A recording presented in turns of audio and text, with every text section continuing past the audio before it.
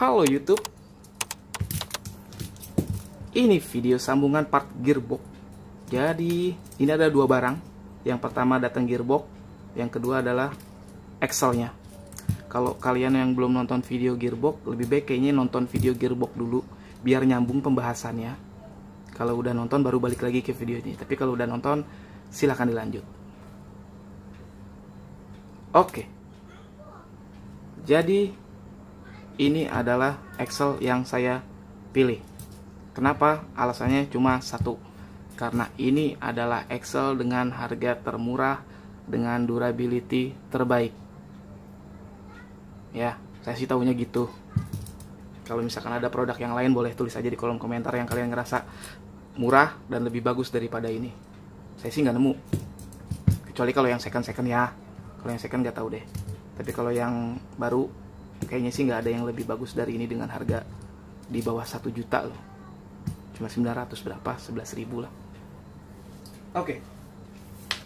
Seperti video di gearbox yang lalu, jadi ini ada beberapa pilihan sebetulnya yang direkomendasiin teman-teman ke saya. Berbagai jenis axle. Jadi biar kalian tahu aja dulu. Oke, ini adalah yang pertama. Ini yang paling direkomend sebetulnya. Kenapa? Karena ini adalah mirip banget konstruksinya dengan TRX 4. Karena saya tuh fans beratnya TRX 4. Ini ada differential locknya. Sama sih sebetulnya, basicnya sama kayak gini. Cuman ini ada differential locknya aja. Udah gitu aja. Rasionya kurang lebih 4,2 banding 1. Yang ini nanti kita hitung juga bareng-bareng kayak video gearbox, berapa rasionya dia. Oke. Ini juga. Ini sebetulnya direkomend gak direkomend ya, karena ada beberapa yang bilang kalau axle model kayak gini tuh gampang banget patah atau rusak bagian dalamnya gitu deh. Saya juga nggak ngerti, tapi banyak sih yang bilang begitu, bukan cuma 1-2 orang. Jadi ya saya skip lah, enggak. Nah, dan ini model kayak sebentar. Ini tuh ada yang versi ekstrimnya. Nah, ini juga murah nih. Ini tuh sekelas sama ini. Ya. Tapi ini mereknya, brandnya dari Injora. Agak mahal ini sedikit sih, selisih sampai 300 ribuan. Tapi ini juga bagus juga sih. Nggak ada masalah. Sebentar. Ini Vimonda nih namanya tokonya atau apa ya? Tapi ini sama sih kayak yang tadi Injora juga. Nah, ini kayak ya paling banyak deh kayaknya deh kalau misalkan brand-brand, kalau kalian mau build RC bagus rata-rata ya pakainya pakai axle ini kayak build quality-nya mungkin ya itu, ada teman yang bilang sama aja, ada yang bilang lebih bagus. Kalau saya sih yakin pasti lebih bagus dalemannya ya. Itu loh, karena nggak mungkin mereka buat brand yang terkenal lebih bagus kalau mereka bikin produk yang sama aja. Mungkin lebih bagus. Nah, ini yang paling keren sebetulnya. Jadi ini tuh kan portal axle-nya mirip banget Axial XCX10. Jadi dia naik gitu, nggak sama. Kalau ini kan rata ya. Itulah axle-nya. Kalau ini kan nggak naik ke atas, jadi sama kayak TRX 4 modelnya, naik ke atas. Sebetulnya ini juga bisa diganti. Jadi kalau misalkan kalian punya ini, kalian cukup tambahin yang tadi itu. Nah, ini kalian cukup beli ininya aja. Nanti disambung, ini dicopot, ini pun bisa dipakein ini. Gitu. Ini kalau misalkan mau diganti gitu ya, saya mau pakai ini ya, udah bisa ini dipakai. Ini tinggal plug and play aja, ini tinggal dicabut, ganti pakai ini. Ini kan untuk bagian depan, untuk bagian belakangnya juga sama bentuknya kayak gitu. Ini juga sama kan, tinggal dicopot aja ininya. Semua steering wheelnya, steeringnya ini copot, ganti pakai ini. Tapi ini ternyata harganya bukan main mahal.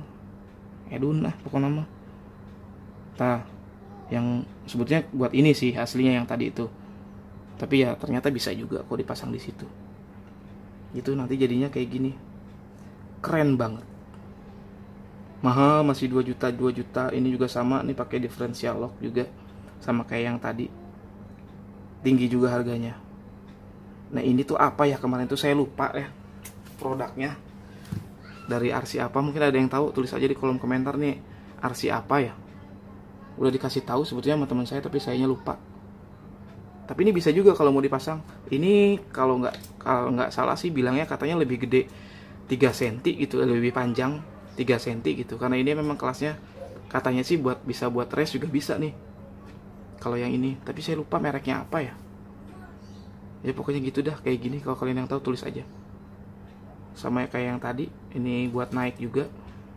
Jadi ya kalau siapa tahu mau diganti giniannya biar naik sama kayak Traxxas, lebih tinggi, jadi nggak gasrut-gasrut. Nah ini juga nih yang gampang rusak bagian dalamnya katanya ya, tapi nggak tahu juga deh. Kalau kalian yang punya juga tulis aja di kolom komentar, beneran gampang rusak nggak sih kayak gini, biar teman-teman yang lain tahu. Saya juga cuma katanya karena saya nggak pernah pakai, katanya gampang rusak bagian dalamnya. Sama yang penting tuh kalau beli Excel ya, dilihat part-partnya, karena Excel itu paling riskan. Kayak di bagian ininya, CVD-nya semuanya itu gampang banget rusak gitu. Jadi kalian harus periksa dulu ada nggak sih part-partnya dijual, bisa nggak sih itu loh. Apa terutama marketplace di Indonesia, biar gampang, biar cepet juga nyampainya. Tapi kalau kalian biasa beli barang ke luar negeri ya nggak masalah, karena udah pasti ada sih kalau di luar negeri. Kadang-kadang marketplace Indonesia tuh ya agak susah kalau buat produk-produk RC gitu. Oke, sekarang sama kita hitung lagi berapa sih sebetulnya rasio putaran daripada Excel ini. Ayo, punya kalian berapa? Udah dihitung belum? Dihitung dong. Hal-hal detail di RC itu kadang kalau misalkan dimaksimalin bisa efeknya lumayan kok. Jadi di sini sedikit, di sana sedikit, di sono sedikit, efeknya bisa lumayan. Oke, jadi kita lihat ini kita pakai tanda lubang ini aja ya. Kita putar sampai 1 kali dia putaran. Ini berapa kali, ini ada tandanya putih ya, kelihatan kan? Ini putih nih. Jadi nanti setiap kali ini muter 1 kali kita hitung 1 kali, 2 kali kita hitung 2 kali, sampai ini balik lagi ke posisi semula kayak gini. Oke, kita mulai pelan-pelan aja. 1, 2,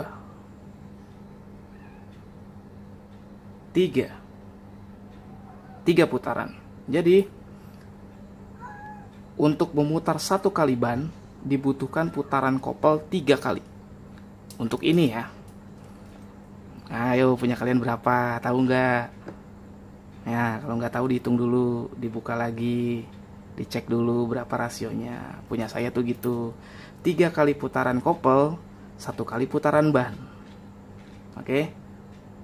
Jadi kalau disambung dengan video kemarin sebelumnya, si gearbox ini, masih inget gak ini ada berapa putaran? Ayo, rasionya ini berapa? 10. Ini tuh rasionya kurang lebih ya 10 atau 11 lah. Ini tuh rasionya anggap aja 10. 10 putaran. Di sini 3 putaran. Jadi kalau di total itu harus dikalikan. Jadi 10 kali 3 jadi 30. Kalau dipasang untuk memutar 1 putaran ban ya, di RC yang saya bangun, untuk memutar 1 putaran ban itu dibutuhkan 30 kali putaran motor. Bayangkan, kalian merasa itu cukup tinggi? Tidak bro, itu masih terlalu rendah. Untuk dapat torsi yang maksimal dibutuhkan paling enggak sekitar 50 deh. Kalau menurut saya sih sekitar 50 putaran motor 1 kali putaran ban.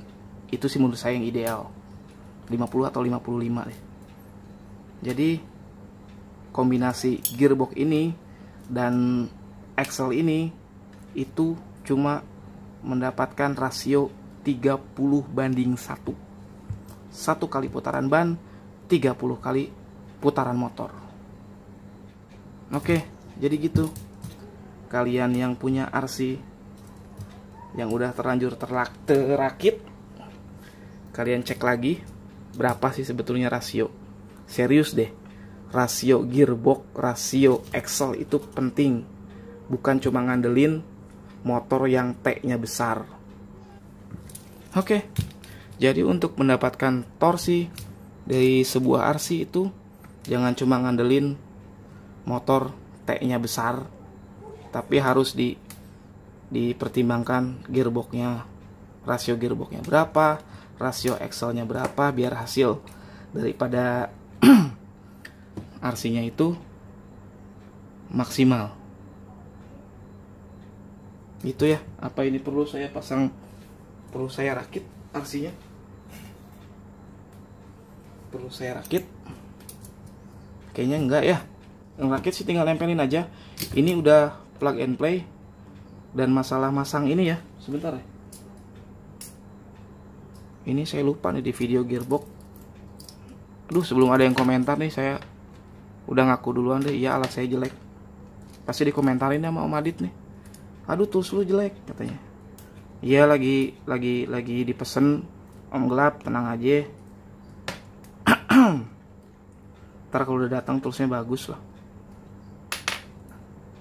Ini harus dirapetin. Ini kemarin belum dirapetin si pinion ya. Macam-macam sih caranya. Kalau orang ada yang suka dipakein kertas gitu, dipakein kertas biar putarannya pas.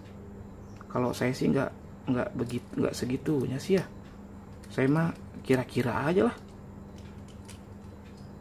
Kira-kira aja, yang penting mah muternya nggak terlalu kenceng, nggak terlalu berat, sama nggak sampai slip, karena ini giginya kecil banget ya. Giginya kecil banget. Sama satu lagi yang saya lupa tuh, di video saya bilang kalau misalkan kalian mau kasih rasio yang lebih tinggi di sini, bisa kalian ganti si pinionnya ini jadi lebih kecil. Jadi dibaginya dengan angka lebih kecil, otomatis punya rasio yang lebih gede. Tapi kalau kalian beruntung dapat pinion dengan gigi yang sama ya, karena ini kecil-kecil banget. Itu giginya halus-halus banget. Kalau kalian beruntung kabari saya, karena saya juga mau ganti sih sebetulnya, pakai yang 15T kalau ada. Tuh. Saya mah gitu aja dah, nggak pakai perhitungan apa-apalah bikin masang ginian. Feeling aja. Diketawain sama master nih. Nggak apa-apa master, maaf master.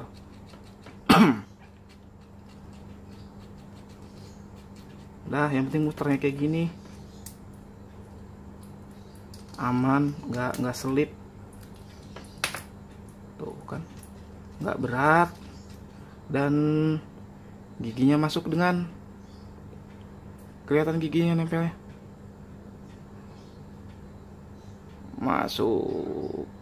Masuk Pak Eko.